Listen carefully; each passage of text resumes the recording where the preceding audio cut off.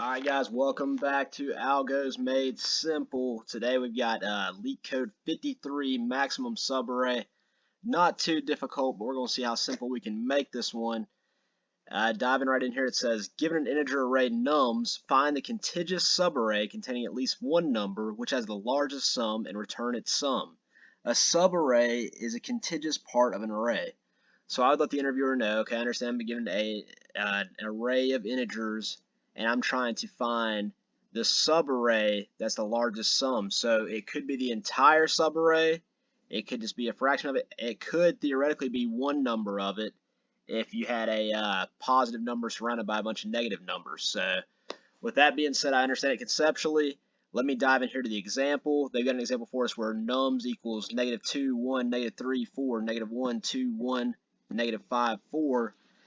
So looking right here, the way you would do this is going through it. -2 plus the 1 is -1, plus -3 is -4.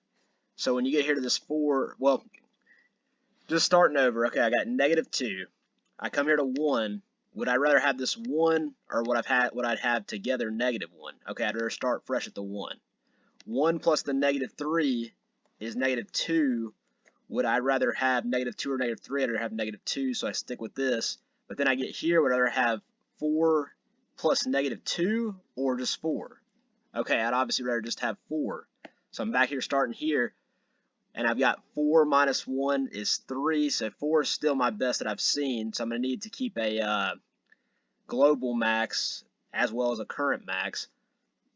So I got 4 minus 1 is 3, but then I have 3 plus 2 is 5. So this sequence right here is better than the 4, even though it has a negative number. And then, of course, I'm adding this 1 right here, which just gets me to 6. And now I'm at 6. 6 minus 5, would I have 6? Or would I have -5? Or 6 minus 5, would I have 6 minus 5, the 1. And then 1 plus 4 is 5. They're all up short of 6. So basically what you're doing is seeing if you would rather have the number, for your current sum, you're seeing if you'd rather have the number or the number plus your current sum. So in that, back to here, would you rather have -2, or would you rather have 1 or -1? So of course the answer would be 1. We also need to keep a maximum sum that we're comparing it to.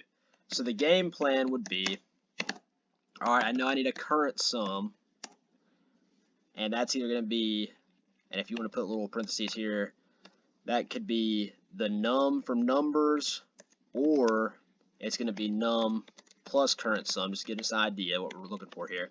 And then I know I'm going to need a maximum sum to keep track of, and that of course is going to be the max of between the current maximum sum and the new current sum. So I'm going to keep evaluating that and then return that. Nothing else really stands out to me that I need to have in this game plan. Again, this is kind of a simpler problem, so let's go ahead and dive into it. We've got maximum SubArray, and we're getting nums passed through as the parameter. So again, we look here, we want to have a current sum, and we can set that equal to 0, and we can set the max sum, you can go ahead and set that equal to the max of nums if you want, or just nums at 0, however you want to do it. I mean, it's most likely gonna, it's going to get replaced regardless kind of thing. Let's get here, and we've got, again, once you've done your game plan, if you're struggling to figure out what to do next, normally a for loop. There's a for loop right there for us. And this one's kind of simplistic. We're going to say for num in nums, so that's just pulling the numbers out for us. If num is greater than current sum plus num, then what we'll do in that case is we will have current sum become equal to num. If it's not, then current sum will equal current sum plus num. And once we get through that, the only thing you gotta do is say, okay, max sum is equal to the max between current sum, or you can go ahead and say max sum here, max sum and current sum. And that's literally all there is to it. Hold on, hit the caps lock a couple times. Let's see if yep, I'll stay on caps lock here. So we'll come here at the end of the for loop, and we'll just return the max sum, because we don't have to return the actual pieces of the array. We're just returning the max sum, and this should work beautifully. We've got, again, we'll go ahead and go through here and test it. So we got -2 coming down. It says if -2 is greater than the current sum, which current sum 0 is this one right here. We just go to the else. Current sum would be -2. Max will be that -2 and current sum. So we're still at -2 for our max sum. We come down here with 1. Is 1 greater than -2 plus 1? Yeah, it is. So 1 becomes our current sum. Max sum is the max between -2 and 1. Max sum is now 1. We get -3. Is -3 greater than 1 plus -3? No, you'd rather have -2 than -3. So -2 comes in here compared to 1. No, we're keeping the 1. We go here to 4, and it's again against -2, so it's saying, is 4 greater than 2? Yeah, 4 is greater than 2. So our current sum is now 4. So we're right here. Is 4 greater than 1? Yeah, 4 is greater than 1. So we're setting the max sum to 4.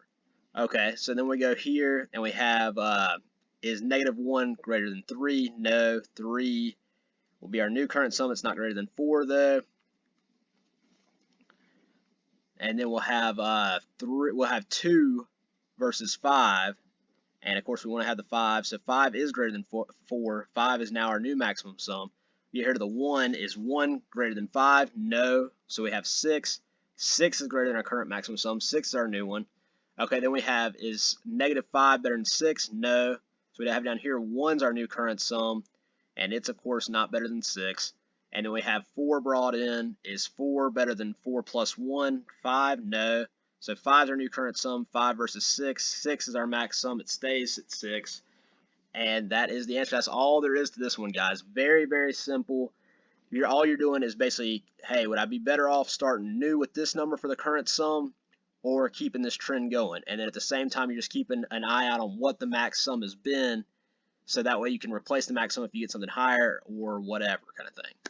And this all happens in O of n, so good time complexity.